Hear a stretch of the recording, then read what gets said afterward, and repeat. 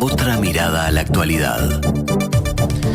Y en esta entrevista central que iniciamos de inmediato, vamos a estar conversando con el director de CIPUS, Asociación Civil, que desde hace por lo menos 25 años aborda la temática de trabajo infantil. Fernando es psicólogo egresado de UDELAR, cursando el posgrado de Políticas Públicas de Infancias con énfasis en trabajo infantil en la Universidad de Argentina. Antes de dirigir el CIPUS y el programa del Cardal enfocado en la prevención y erradicación del trabajo infantil, trabajó en el ámbito de la salud pública, en proyectos de intervención psicosocial con niños, niñas y adolescentes en situación de vulnerabilidad. Su recorrido profesional combina experiencia territorial, gestión social y compromiso con los derechos de la infancia. Integra activamente la plataforma Infancias y Adolescencias del Uruguay, desde donde impulsa políticas de restitución de derechos y fortalecimiento familiar, y forma parte del Comité de Erradicación de Trabajo Infantil como representante de ANONC y del Comité de Derechos del Niño. El próximo 12 de junio, el próximo jueves, se realiza el Día Mundial contra el Trabajo Infantil, hacia la primera Estrategia Nacional de Prevención y Erradicación del Trabajo Infantil y Adolescentes. Luego podemos compartir, bueno, vamos a hacerlo ahora, algunas pocas cifras. 1 de cada 10 niños, niñas y adolescentes trabaja en Uruguay. Algunos desde los 8 años, y a partir de los 11 el trabajo ya interfiere directamente con su educación. Los niños, niñas y adolescentes, sobre todo las niñas y adolescentes mujeres, enfrentan además tareas de cuidado no remuneradas que afectan su desarrollo y educación. La última encuesta nacional que está disponible es del año 2010. Así que bueno, con esto vamos iniciando esta entrevista. Fernando Olivera, muy buenos días, gracias por acompañarnos aquí en Estudios. Buenos días y muchas gracias por la invitación. Y bueno, lo primero que quiero hacer es adherirme a las palabras por la muerte del hermano de Sandro Pereira, a los cuales conozco a toda la familia, somos del mismo pueblo. Y bueno, y me impactó mucho ayer la noticia, así que un gran abrazo a toda la familia, a Sandro, a Alan y a todos ellos. Genial, sí, realmente, bueno, muchas gracias por acompañar ese saludo. Nos decía fuera de micrófono, fuera del aire, que cada año es como que se toma un poquito más de conciencia con respecto al tema del trabajo infantil.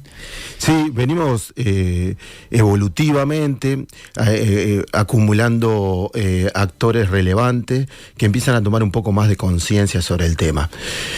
Eso que vos planteabas, tenemos una cifra bastante vieja que data de 2010, hablaba de entre 68.000 y 92.000 niños en situación de trabajo infantil, 92.000 niños si se incluía el trabajo doméstico y de cuidados.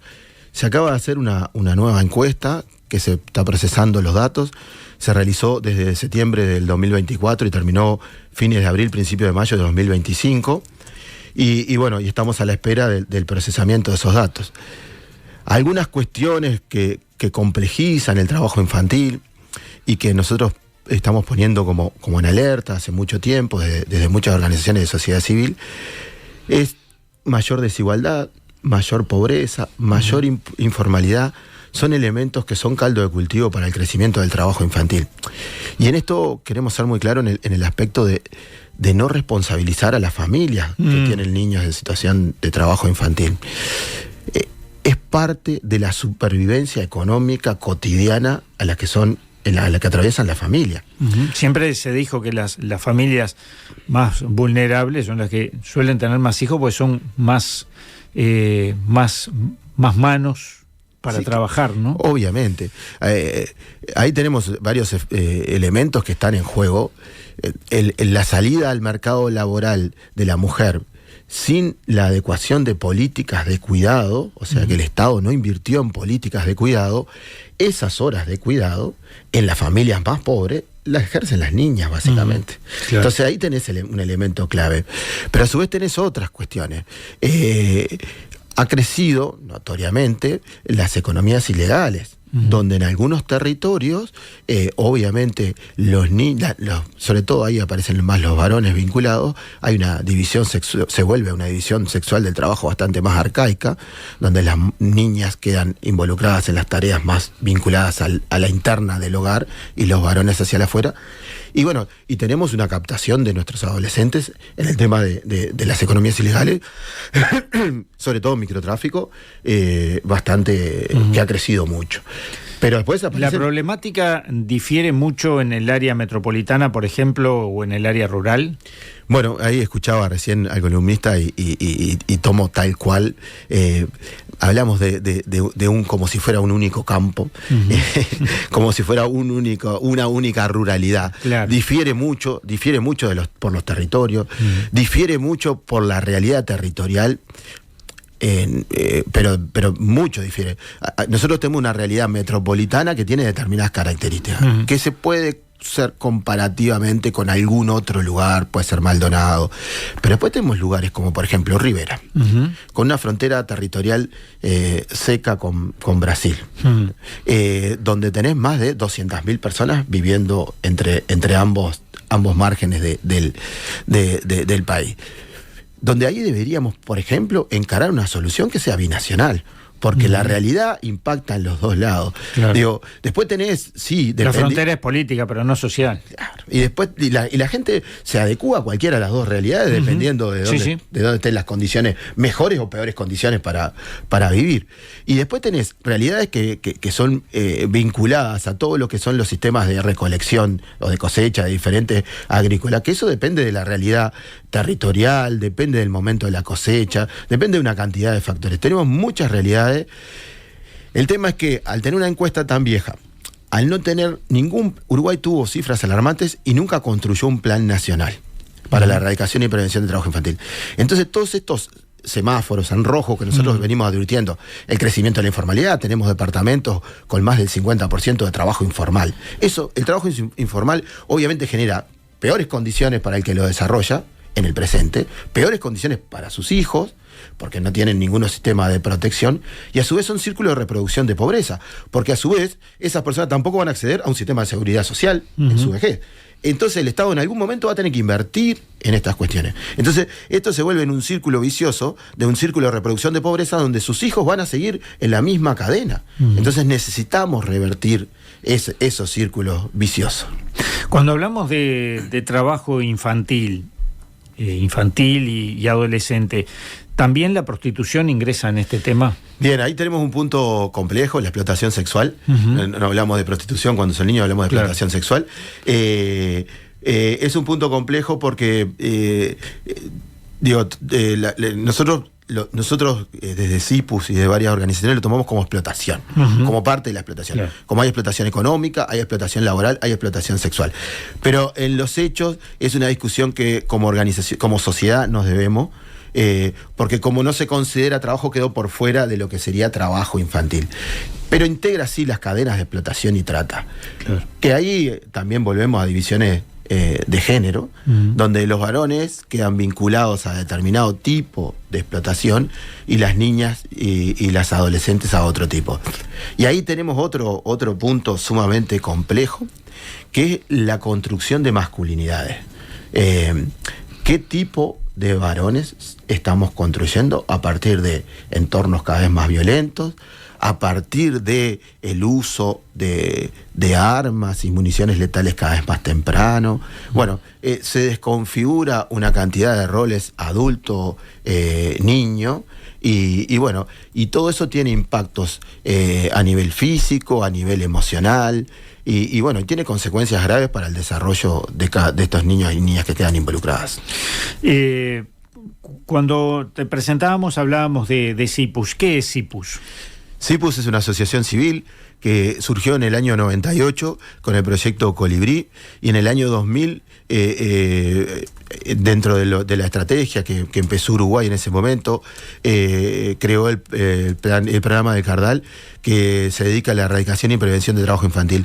Coincide con el año de creación del CETI, que empezó como una estrategia para la erradicación del trabajo infantil. Y bueno, venimos desde hace 25 años desarrollando ese proyecto, que, digamos, es el único proyecto en Uruguay con estas características. O sea, tenemos números alarmantes en todo el país, tenemos realidades sumamente complejas y diferentes por territorio, y sin embargo tenemos solo un proyecto en Uruguay vinculado al tema de erradicación y prevención del trabajo infantil. ¿Y depende del MIDES? No. Depende, está dentro de convenio con INAU, dentro de programas especializados. Y ahí tenemos otro punto que nosotros venimos reclamando hace tiempo, que tenemos una muy vieja institucionalidad para encarar este tema. Ajá. Al momento de la creación del CET y el Comité de Erradicación del Trabajo Infantil, quedó involucrado la Inspección de Trabajo del Ministerio de Trabajo y la Inspección de Trabajo Infantil de INAU. O sea, toda la pata de Contralor es sumamente necesaria, pero no suficiente. Necesitamos crear una institucionalidad... Políticas. Sí, que interrelacione una cantidad de aspectos en los cuales que tengan que ver con campañas de prevención, que tenga que ver si hay una intervención, cómo se restituyen derechos, o sea, que se creen protocolos para la educación, que se creen protocolos para la salud. Necesitamos pensar más globalmente el tema, que involucre algunas otras áreas que están, como por ejemplo el trabajo adolescente, protegido. Necesitamos, ni hablar de que Uruguay no cuenta actualmente con recursos humanos capacitados en el tema, ni lugar donde formarse en Uruguay. Ahí tenemos una gran debilidad. Entonces necesitamos como ir hacia una estrategia nacional que apunte en adecuación normativa, formación política, profesional, técnica y social, con campañas de sensibilización, con una estrategia que involucre un hecho contracultural, porque de hecho vamos contracorriente proponiendo una cantidad de aspectos, porque aparece muy naturalizado e invisibilizado y hasta visto muy positivamente, sobre todo en aquellos niños o niñas de las familias más pobres de Uruguay, que aparece el discurso de cómo ayuda a la familia, cómo colabora, cuando en realidad es una estrategia de supervivencia y seguramente el niño no elige ninguna de las situaciones en las que queda involucrado y debería estar en otros ámbitos. Por supuesto que con esa realidad la formación de esos niños y niñas se va resintiendo, ¿no? Cuando no se abandona directamente. Sí, tenemos números alarmantes de ausentismo escolar. Ausentismo y abandono, supongo. Sí, ahí tenemos que revisarlas. No tengo las cifras últimas. Claro. De quienes ingresan a secundaria y terminan realmente el proceso educativo, de cuánto se ha crecido en la matrícula universitaria, pero hay que ver cuántas realmente son familias pobres que ingresan a la Universidad de la República. Hay toda una cadena que se va rompiendo en esto de que nosotros detectamos trabajo infantil a partir de los 8 o 9 años, empieza a competir con el sistema educativo a los 11, 12 años, y obviamente acá termina rompiéndose mucho antes. No puede ser que la realidad económica o social o el lugar donde uno nazca condiciona el desarrollo de vida de ese niño adolescente. Pero la realidad es que es así. La realidad es que es así, sí. Lamentablemente sí. Y no se ha visualizado hasta el momento políticas fuertes que puedan revertir eso, ¿no? No, inclusive hasta hay algunos actores aún que, por ejemplo, todo el entorno delictivo no lo toman como trabajo infantil. Toda esta parte de los niños y adolescentes en economías ilegales no la toman como trabajo infantil, y eso dicen es delito, entonces o eso debe ser atendido solo por el Ministerio del Interior, obviamente desde un lado punitivo, cuando en realidad los que operamos en estas realidades decimos estos niñas y adolescentes son víctimas de explotación muchas veces, y necesariamente hay que abordarlos desde otros lados, desde una interinstitucionalidad diferente, porque esto construye ciudadanos de diferente manera. Entonces, si vos tenés, juzgamos o señalamos o ponemos el dedo encima de determinadas situaciones desde un punto de vista meramente punitivo, obviamente esta realidad no va a cambiar. Me lleva a algo que hace muchos años, trabajando en periodismo barrial, nos decía el cura Mateo cuando trabajaba en Tacurú. Decía, bueno, acá tratamos de darle una formación, un oficio, determinadas pautas de convivencia, pero si alguno de esos gurises lo llaman para hacer de campana en un robo, van a ir, por varias razones. Una es la económica, pero no solo esa, ¿no? Hay otras presiones que hacen que esos gurises tengan que transitar necesariamente por esos caminos. Sí. Lamentablemente, esto que decía el padre Mateo se sigue repitiendo y cada vez más fuerte en muchos lugares. Obviamente la realidad económica de la familia, pero no solo la realidad económica, y ahí hay un punto central, las condiciones en las que se desarrollan y viven algunas familias, en esto de las economías ilegales que se desarrollan en los territorios, han aparecido una serie de préstamos, obviamente totalmente informales e ilegales, donde condicionan mucho la vida, la realidad económica de la familia. Aparecen como solución a la compra, puede ser hasta desde celulares, pero comida, o cuando un niño o niña adolescente cae preso, aparecen estos préstamos más buitres, y a intereses. Sí, leoninos. Sí, salvaje. Y obviamente eso se paga diariamente, pero si se rompe esa cadena de pago, de alguna manera eso se cobra y se paga. Entonces muchas veces... son esas situaciones que vemos a veces en titulares, pero que no sabemos qué es lo que está detrás. Exacto. Entonces muchas veces no hay capacidad de resolución del si quiero o no quiero estar en esto. Exacto. Y a su vez empieza a campear un sentido de cierta impunidad de determinados actores en determinados territorios que generan entre ese miedo y esa idealización. Claro. Entonces generan como mucho miedo por las consecuencias que puedan tener sobre el accionar de determinadas familias que quieren quedar por fuera, y entonces se empieza a construir dentro de los territorios un vínculo donde determinada gente pauta quiénes viven, cómo viven.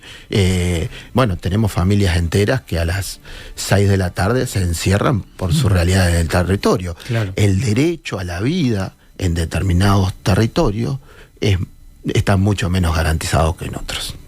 Nos quedan pocos minutos, pero me interesaba saber cuáles son, y compartir con la audiencia, obviamente, cuáles son las acciones que está previsto realizar este próximo 12 de junio. Bien. Bueno, esta es una de las claras políticas públicas para la que nosotros planteamos desde la prevención y erradicación del trabajo infantil. Un espacio que fue histórico de trabajo infantil, que se convierta en un espacio público de calidad en determinado barrio y con determinado contexto, son de las políticas que muchas veces se llevan adelante sin saber que van a tener impacto sobre estas cosas. Claro. Y por eso la necesidad de un plan. Pero volvemos a la actividad de ese día. Van a haber, van a estar los niños, niñas, adolescentes periodistas de la plataforma, van a haber actividades recreativas, circo, va a estar el bicho Silveira con la escuelita de básquet, va a haber skate, va a haber un DJ, vamos a hacer una radio en vivo con adolescentes. Bueno, actividades entre las 14 y las 16 horas. Invitamos a toda la familia, a todos los niños, niñas, adolescentes que quieran compartir ese espacio con nosotros, son bienvenidos.